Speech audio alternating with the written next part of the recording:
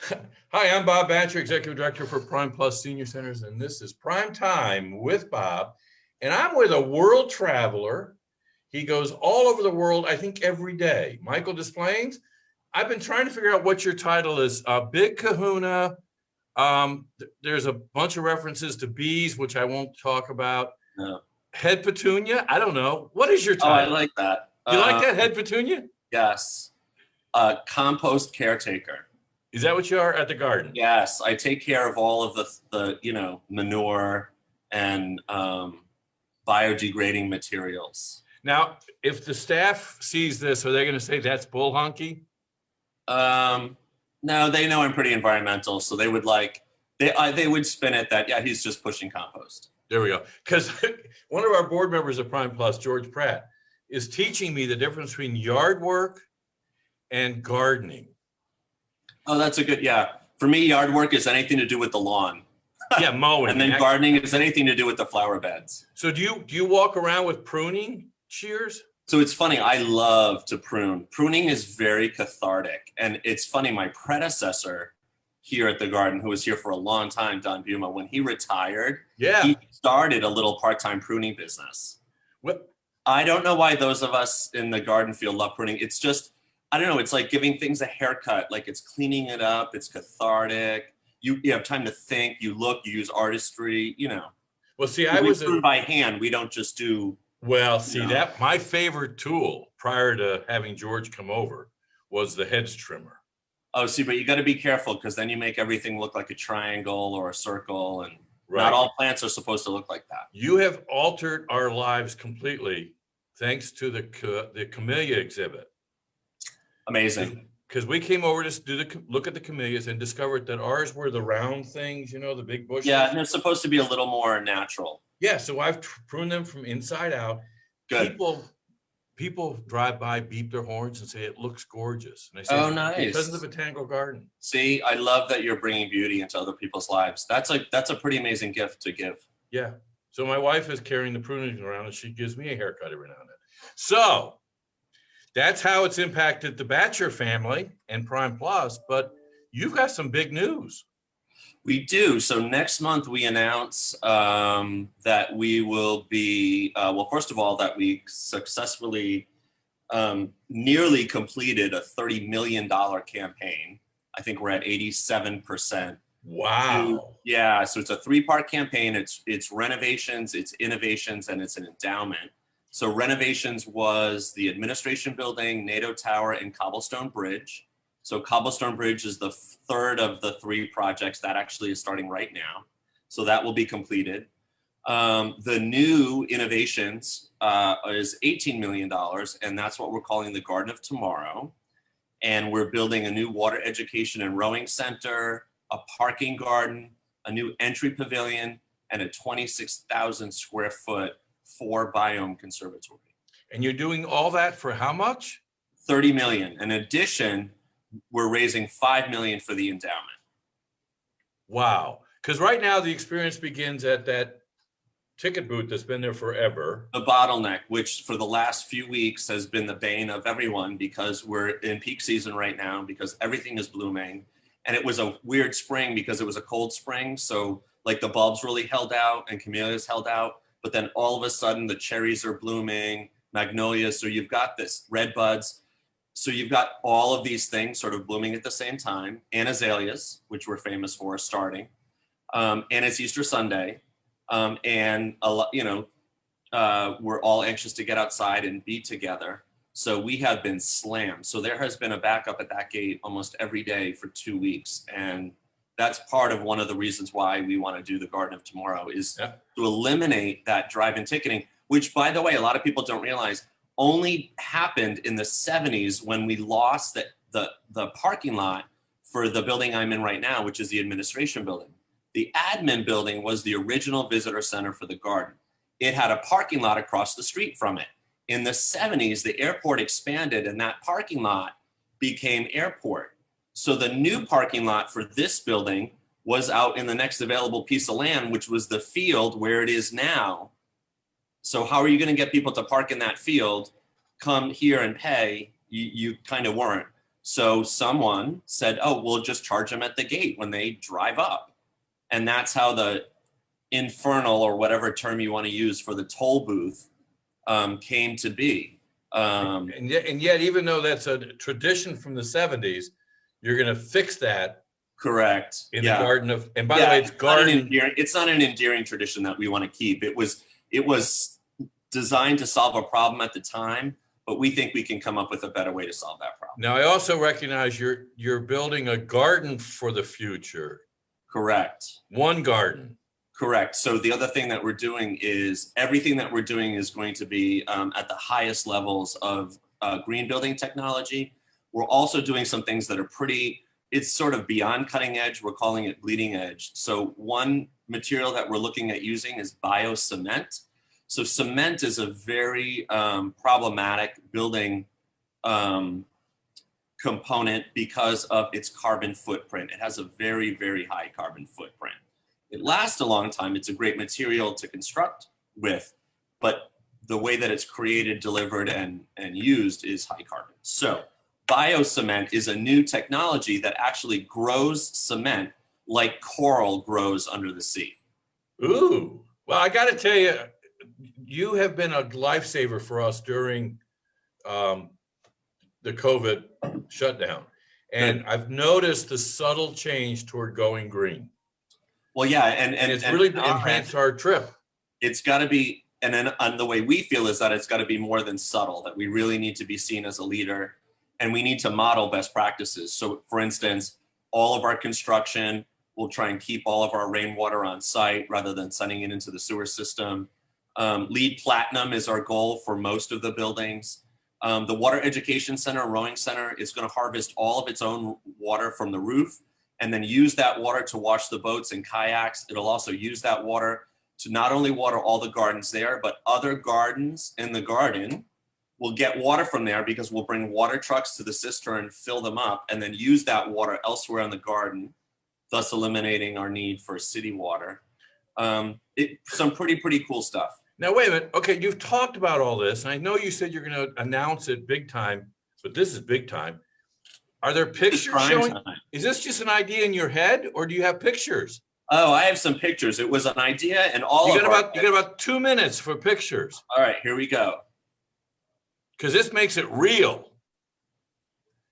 Okay, so can you see this, Bob? Yeah, and I've never shared a screen on this show, so this is a new experience. Okay, so this is a sort of map aerial view of campus. Okay. This will be the first innovation that we'll build. And this will be the site of the Water Education and Rowing Center. It's currently where the parking lot is and the picnic shelter is. And I'll show you photos of that in a sec. Here's the new parking garden. We're planting 75 trees, rain gardens, permeability. It'll be really one of the greenest parking lots in the region, if not on the entire Eastern Seaboard. Cool. You'll walk in, so you'll park your car and walk in, no more drive in and paying at the gate. So you'll walk in, there'll be a beautiful entry pavilion where you buy your ticket or show your membership card, and then into a new beautiful entry plaza. And then after that plaza will be this spectacular 26,000 square foot conservatory featuring a desert biome and a tropical biome. Cactus and cycads are two of some of the most threatened plants on Earth. So this is really going to help us be the Noah's Ark for those plants. Wow. Let me show you some more photos. Here's a close-up so you can see how you come in. I think a neat feature of this is the tropical pavilion in the back is 60 feet tall. It'll have a second-story skywalk, so you'll be able to walk around and look down on the plants in the pavilion. Oh, cool. But then you're going to exit and the skywalk goes outside. So now you're one story up. You're looking down on the largest rose garden on the East Coast. The skywalk continues here. It goes over and onto the roof of the entry pavilion, which is a green roof that will have gardens in it growing food for the new bistro underneath. And you'll be walking on and through that. Wonderful. Now, just for orientation, this is to the left of the pathway that goes across the bridge. Correct. So if that's the Water Education Center. So here's the causeway. This is the Garden Road. I've come in. This is the picnic shelter on the left. Gotcha. Ticket booth is right about there. Correct. Here's the administration building, which was the original visitor center for the garden. And I love the way you guys redid that building. Yeah, it's award-winning too, the restoration of that building.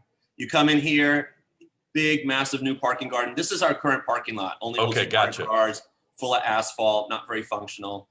And then everyone is directed to walk in through here. So new walk-in ticketing. Gotcha. Okay, cool. Route. Okay, so here's the view from the parking lot. Beautiful. You're walking in. Here you can see people on the green roof. You get a glimpse of the conservatory in the back. Here's people waiting for the trams. There's the tram there. So you're still going to do the kind of stuff that we're used to doing. Yeah, we're just going to get you out of your car. We're going to get you out of your car and walking in like every other botanical garden or cultural institution.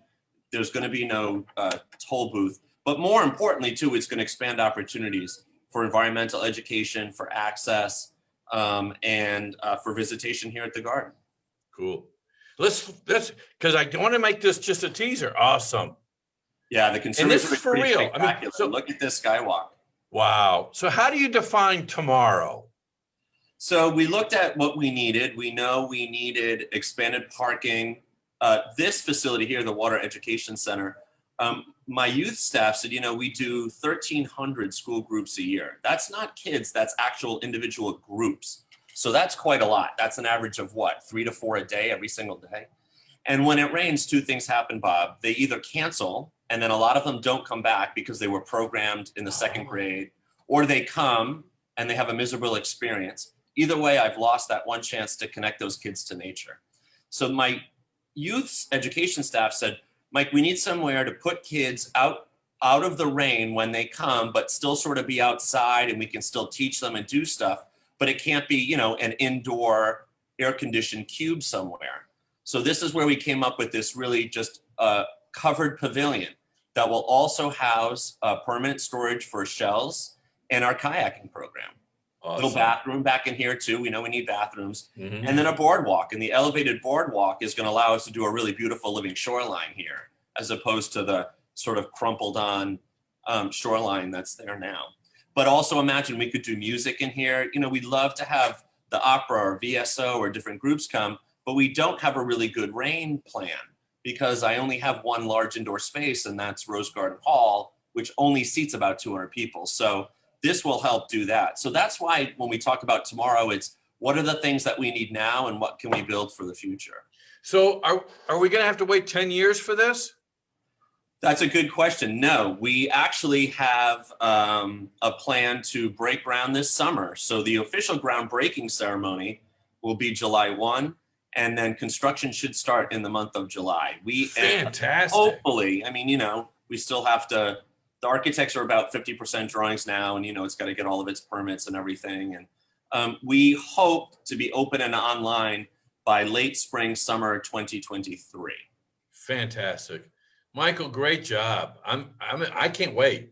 Team effort. It's a lot of people. It's a lot of great donors in the community. We've raised over $20 million from people in the community, all local money. The city of Norfolk contributed as well. It's just a massive, massive team effort. Now, gosh, I was going to close out by sharing our big news, thanks to you guys.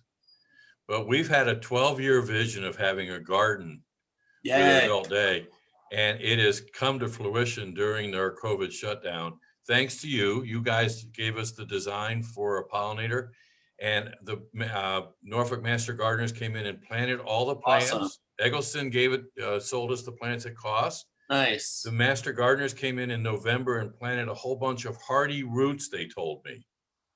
Are they coming up? Have you seen them? It's greening up. Now we're at that point where we're not sure if it's greening up, what's greening up, if it's the weeds or the plants. But the Master Gardeners will help you with that.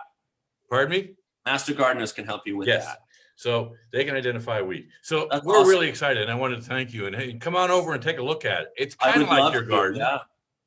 Say it and again. I could use a manure mover. Well, compost maker. Oh, compost maker. Okay. I got to close with a very important question. I understand you just came back from vacation with your mom, who's a very special person. Well, do you have words for her? Yeah. So Yeah, so she was fully vaccinated. And like everyone else, she had been stuck inside for a year. And I said, okay, Mom, now that you're fully vaccinated, and I had COVID in December, obviously tested negative now. I said, let's go to Hawaii. Hawaii is open for visitors. We have to show a negative test. It's, still domestic. And let's go. I'll take you, and you'll see what I think is one of the most beautiful places on earth. So we took her. We had 2 weeks there, and it was just spectacular. So how many times did you say, "Oh, Mom"? Oh, I mean, a few times, but she's a real trooper. We've traveled with her quite a bit. She's a great traveler. She's come on a couple Norfolk Botanical Garden trips with us. She pays her own way. Yeah. It works for me. So Works. Did you embarrass your mom? No, I don't That's think my last so. question. No, but the funny thing was, well, I took her out to dinner at a nice hotel. And because we stayed at condos, we didn't stay at a hotel. No one gave her a lei when we checked in, So I said, well, you've got to get a lei when you come to Hawaii. It's sort of tradition. So I tipped the front desk girl to give us leis. And, we had a little mini ceremony in the lobby. And of course, her first question was, did you pay for these? Did you have to pay for these? So, yeah. Michael, the best way for me to end this interview is, you're such a good son. I try. Thank you for everything. And I'm looking forward to groundbreaking. Hey, put it on your calendar, July 1, 10 a.m. And I'll bring my membership card. We'll be here. Okay. Thanks a lot, Michael. Thanks, Bob. Okay. Keep in mind, stay safe and stay connected. Thanks a lot.